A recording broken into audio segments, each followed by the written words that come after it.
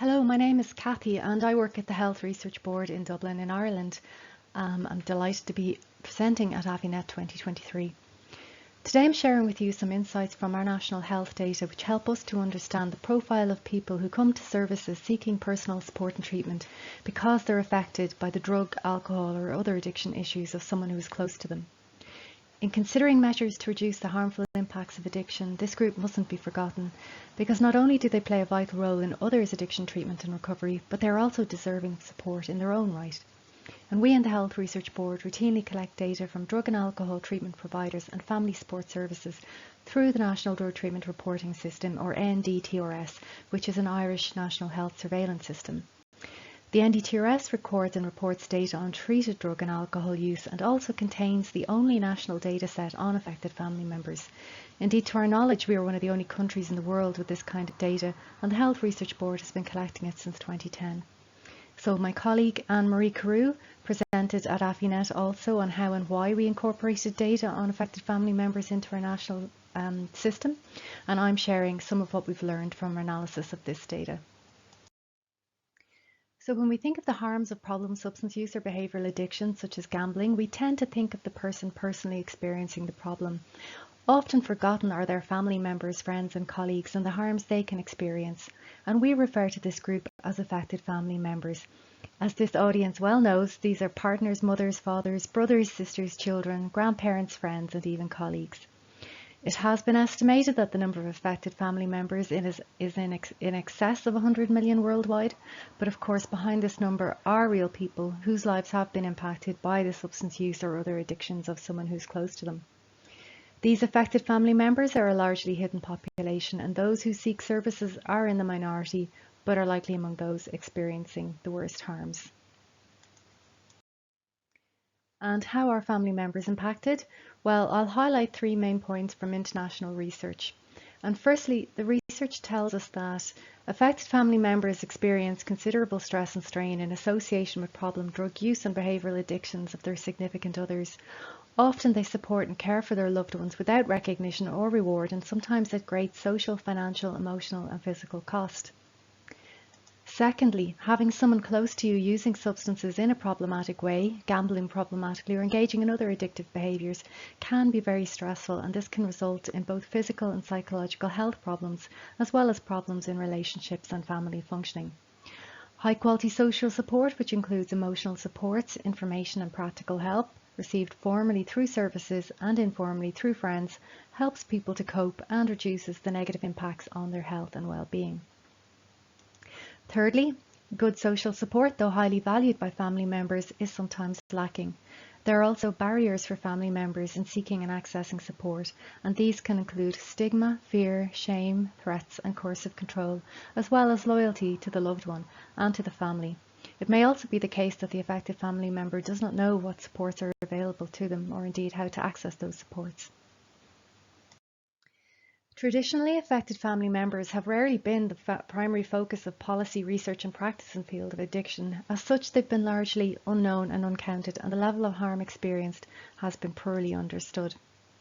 As a hidden population, prevalence data in relation to affected family members are lacking, and where they exist, they're likely to underestimate the extent of the issue, because other than applying a multiplier to every individual dealing with a personal substance use or addiction problem, it's very difficult to estimate how many concerned others might be affected. Internationally, population surveys have been a source of information on affected family members.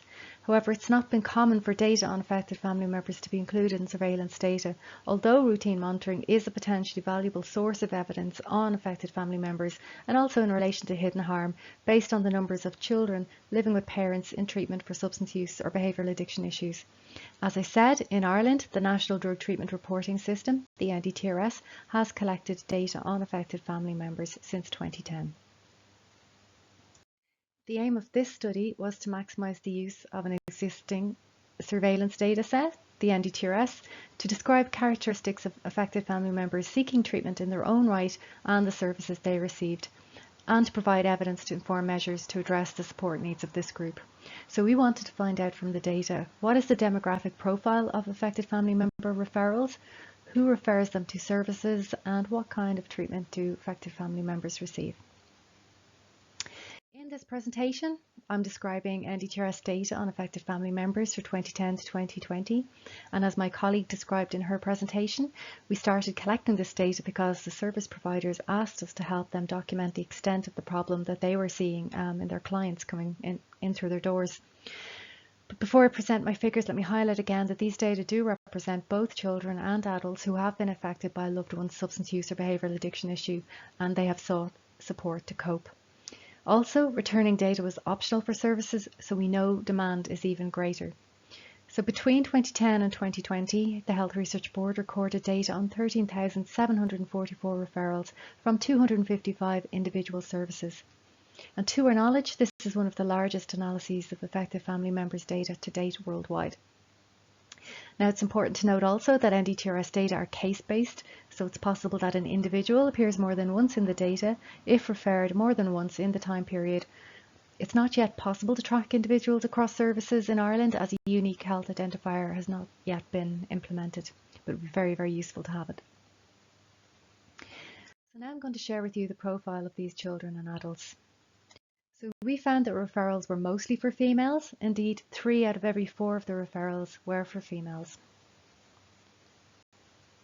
In our data were also referrals for 815 children, so approximately 1 in every 20 referrals seeking help was a child, and half of these children were aged 15 years or under.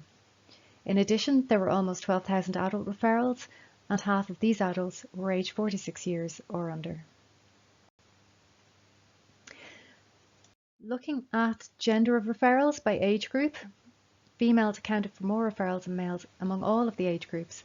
Overall, most referrals were aged between 35 and 54 years, and females aged 35 to 54 years accounted for more than 2 in 5 adult referrals, and males in this age group accounted for 1 in 10 adult referrals.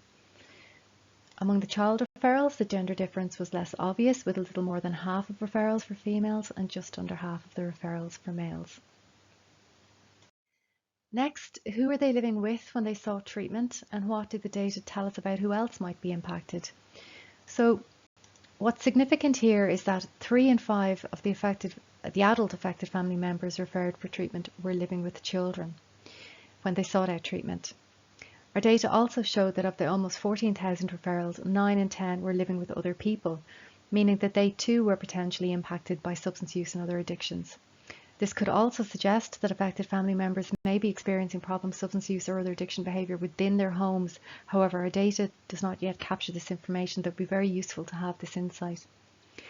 Our data also show there that 1 in 10 of the referrals were living alone when they sought help. So those living alone are the family members, friends or colleagues who, while not living with the person who has the addiction problem, have been impacted nonetheless.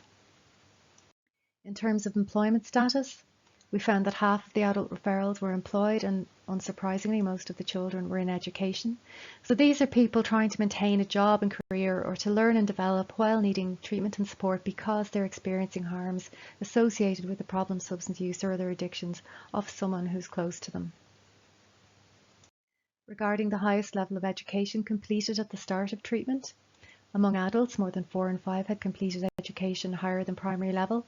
In other words, they had attained lower or upper post-primary or third level education. Indeed, 1 in 5 had completed third level education. Among children, as I said, 94% were in education, and the majority, around 9 in 10, had already completed the primary education. So 1 in 10 had not yet completed primary education, suggesting they were in primary school at the time of starting treatment. Next, who refers family members to services? We have data on the source of referral for around 4,000 referrals from 2016 onwards, and what we see here is that adults mostly sought services for themselves. In fact, 3 in 5 referrals self-referred.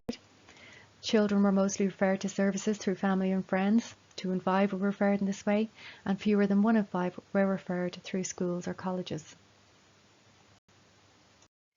So next, what type of treatment was provided to affected family members? Well, people will access services to meet a range of needs, from information, signposting and onward referral through to more intensive type treatments like counselling.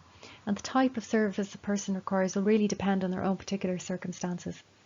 This slide gives you a flavour of the more intensive type treatments that we saw in our data. The most common was individual counselling, received by more than 1 in 3 adult cases and by 1 in 3 child cases. And brief intervention, the second most common treatment, was received by a greater proportion of adult cases than child cases. There was an average of 2.6 sessions of brief intervention per case among the cases that received this treatment.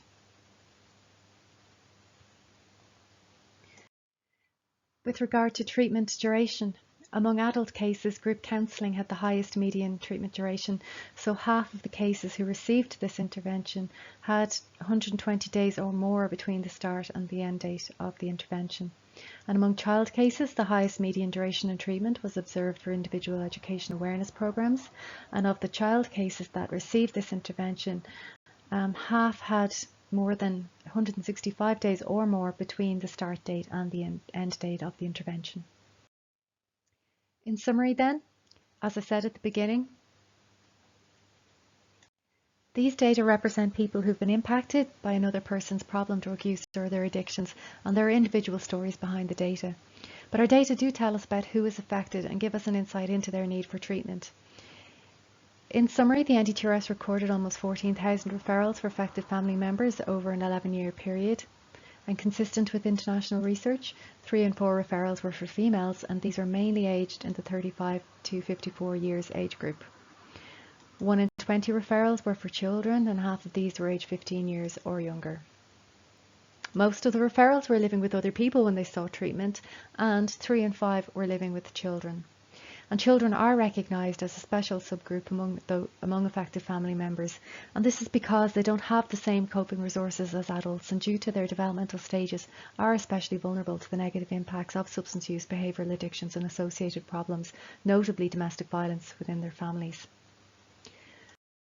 Finally then, I've presented data from the NDTRS, which contains the only national data set on affected family members, and comparable data are not available at EU level. Our data provides valuable insights into the demand for services and the characteristics of those seeking treatment, and also highlight the potential of collecting data in this area. The true level of need and demand is likely greater, as recording of this data was optional, and affected family members may be accessing support elsewhere or not at all.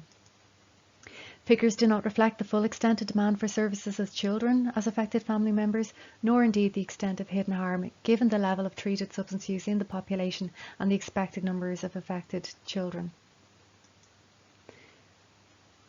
As many children experiencing adverse effects of substance use or behavioural addictions in their families are not known to services, it is difficult to gauge the extent of hidden harm, but other potential sources of evidence in this regard do include collecting data on the family and living circumstances of people entering treatment, such as is collected by the NDTRS for the European Monitoring Centre on Drugs and Drugs Addiction.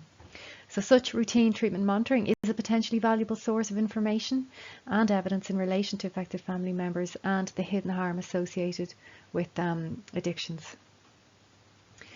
So there is scope to expand routine monitoring to include further variables on affected family members seeking support and supporting others through treatment. And collecting data on associated problems like domestic violence, mental health and drug-related intimidation.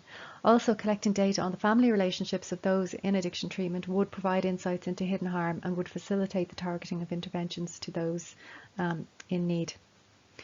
Finally, these insights can inform the design and delivery of services and referral pathways for affected family members and their loved ones, and will complement findings from future studies using routine surveillance data or employing primary research methods, including population health surveys.